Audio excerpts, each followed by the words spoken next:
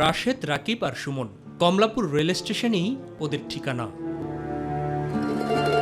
তিনজনের আয় মিলিয়ে কেনার সাধ্য হয়েছে 2 প্লেট ভাত আর সাথে সবজি। তা দিয়েই মিলেমিশে দুপুরের খাবার। বোঝাটা নিয়ে ভিক্ষা করি।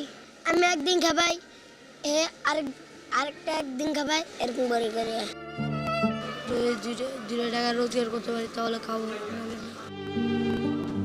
এ বয়সে থাকার কথা মায়ের আঁচলে, কিন্তু নিয়তির করুণ পরিহাসে ঠাঁই হয়েছে রেল স্টেশনে। এখানে এসে 5 বছর হয়েছে।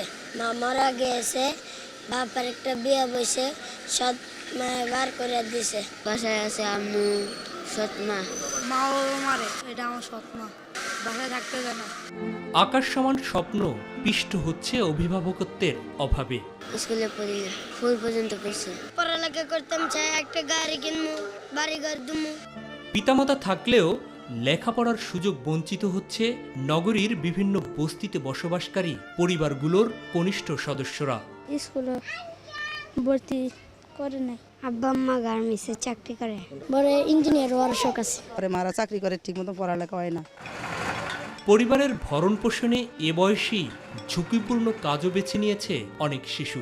এখানে যে বালুটা নি করি, কাজ করি, ঘরে বাবা ছিল না, করতাম, বাবা পড়ি না, অভাবের কারণে। এবার চলুন ঘুরে আসি রাজধানী থেকে কিছুটা দূরে সাভার পৌর এলাকার বেদেপল্লী থেকে। বেদে শিশুরাও পিছিয়ে পড়েছে শিক্ষা থেকে। স্কুলে ভর্তি হইলো, টাকা লাগে ঢুক দিবাই না, আমি স্কুলে যাই না, টাকা লাগে। আমার নাম আলমিন, স্কুলে পড়ি। প্রাইমারি স্কুল আছে, থাকলে অনেক দূর। রাজধানী থেকে কয়েকশো কিলোমিটার দূরে পাহাড় আর সবুজে ঘেরা সিলেটের চা শ্রমিকদের কলোনিতে আমাদের চোখ। পড়াশোনার স্বপ্ন অধরাই থাকছে চা শ্রমিকদের সন্তানদের। বাবা মা যখন চলে যায় সে সময় আমরা খেলি। আমি ক্লাস 6-এ পড়ি। স্কুলে আজ 2টা মাস হয়ে যায়, বেতন বাকি রয়েছে। বাচ্চাটার স্কুলে মানা করছি, 85 টাকায় খাইবো না পড়ালেখা করাইব।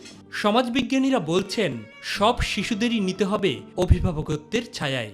এটা রাষ্ট্রের দায়িত্ব, রাষ্ট্র তার কোনো শিশুকে স্কুলে যাবে না এমন যেন না হয়। এখন তাহলে একটা সমন্বিত বড় একটা পদক্ষেপের দরকার।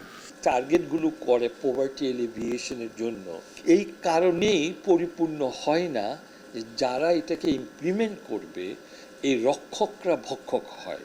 রাজনৈতিক সদিচ্ছা ছাড়া কোনো কিছু করা সম্ভব না। শিশুরাই আগামীর সম্ভাবনার কুড়ি, শিশুরাই উজ্জ্বল ঘড়ি। কত না বিশেষণ শিশু কিশোরদের নিয়ে। একটা বিষয়ে সবাই একমত, তা হচ্ছে দেশের সকল শিশু কিশোরদের যথাযথভাবে গড়ে তুলতে না পারলে পিছিয়েই থাকবে দেশ এবং জাতি।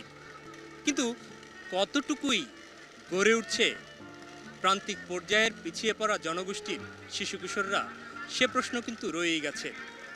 অথবা বিভিন্ন স্টেশন কিংবা বস্তি এলাকায় বেড়ে ওঠা শিশুদেরও কতটুকু খোঁজ রাখছে সংশ্লিষ্ট কর্তৃপক্ষ, তাও এখন বিশ্লেষণ করার সময় এসেছে বলে মনে করেন তারা। দেশ এবং জাতির স্বার্থে সকল শিশু কিশোরদের জন্য একটি সম্মিলিত পদক্ষেপ এবং তার যথার্থ বাস্তবায়ন জরুরি বলে মত বিশ্লেষকদের। প্রিয় দর্শক, মাই টিভি আপনাদের টিভি, তাই আপনাদের কথাগুলো সবসময় আমাদের চোখ দিয়ে তুলে ধরছি আমি মাহবুব সৈকত। নাগরিক স্বার্থ সংশ্লিষ্ট যে কোনো বিষয় আপনিও জানাতে পারেন আমাদেরকে।